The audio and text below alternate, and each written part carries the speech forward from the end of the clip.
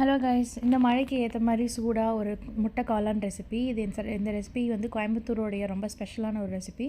இது எப்படி செய்கிறதுன்னு இன்றைக்கி பார்க்க போகிறோம்.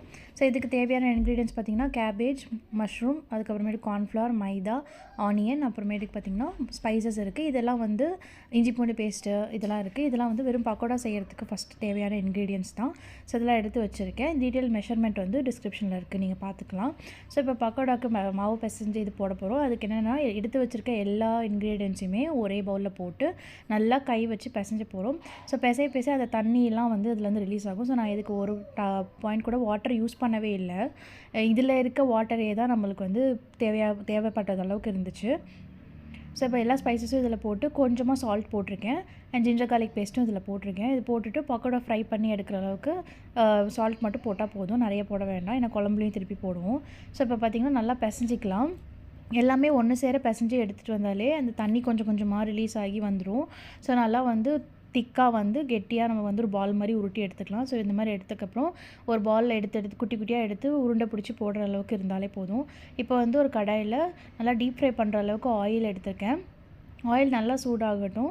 சூடானதுக்கப்புறமேட்டுக்கு தான் நம்ம வந்து இந்த பக்கோடாஸ் போட போகிறோம். ஸோ இப்போ ஒன்று ஒன்றா இதில் எடுத்து பக்கோடாஸ் போட்டு நல்லா கோல்டன் ப்ரௌன் ஆகிற வரைக்கும் ஃப்ரை பண்ணி எடுத்துக்கலாம். ரெண்டு சைடு எல்லா சைடுமே ஃப்ரை ஆகிடும்.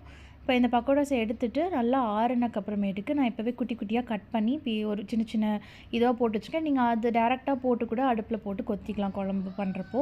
ஸோ இப்போ இது பண்ணி எடுத்து ரெடியாக வச்சாச்சு. ஸோ அதே கடாயில் ஒரு டேபிள் ஸ்பூன் எண்ணெய் எடுத்துகிட்டு வெங்காயம், கருவேப்பிலை அண்ட் காஷ்மீரி மிளகாத்தூள் இது மட்டும் ஆட் பண்ணியிருக்கேன். ஜிஞ்சர் கார்லிக் பேஸ்ட் இதில் ஆட் பண்ணியிருக்கேன். இதை போட்டு நல்லா சாட்டே பண்ணிவிட்டு அந்த ஃப்ளேவர் வந்து இறங்கினக்கப்புறமேட்டுக்கு நம்ம வந்து என்ன பண்ண போகிறோன்னா 2 முட்டை இதில் வந்து உடச்சி ஊற்றிக்க போகிறேன்.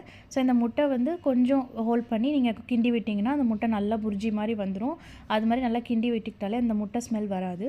ஸோ இப்போ நல்லா கிண்டி விட்டுட்டு நம்மளுக்கு அந்த முட்டை புர்ஜி ரெடி ஆகணுன்னா கொஞ்சோண்டு சோயா சாஸ் அண்ட் கொஞ்சம் வந்து பார்த்திங்கன்னா டொமேட்டோ சாஸ் ஆட் பண்ணியிருக்கேன்.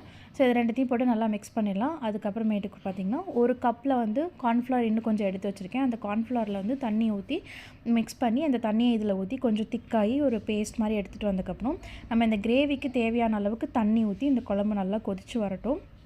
அந்த மசாலா, முட்டை எல்லாமே சேர்ந்து ஒன்று வரும்போது நம்ம இது பண்ணி வச்சுருக்கோம் இல்லையா, ஸோ அந்த பக்கோடாஸையும் இதில் போட்டு நம்ம இதிலே கூட கொத்திக்கலாம். இல்லை இப்படி நம்ம எடுத்து வச்சுருக்கனால அதை போட்டு நல்லா மிக்ஸ் பண்ணி எல்லாம் ஒன்று சேர்ந்து வந்தோடனே கொத்தமல்லி போட்டு இறக்கினிங்கன்னா சூப்பரான ஒரு காளான் ரெடி ஆகிடுச்சு.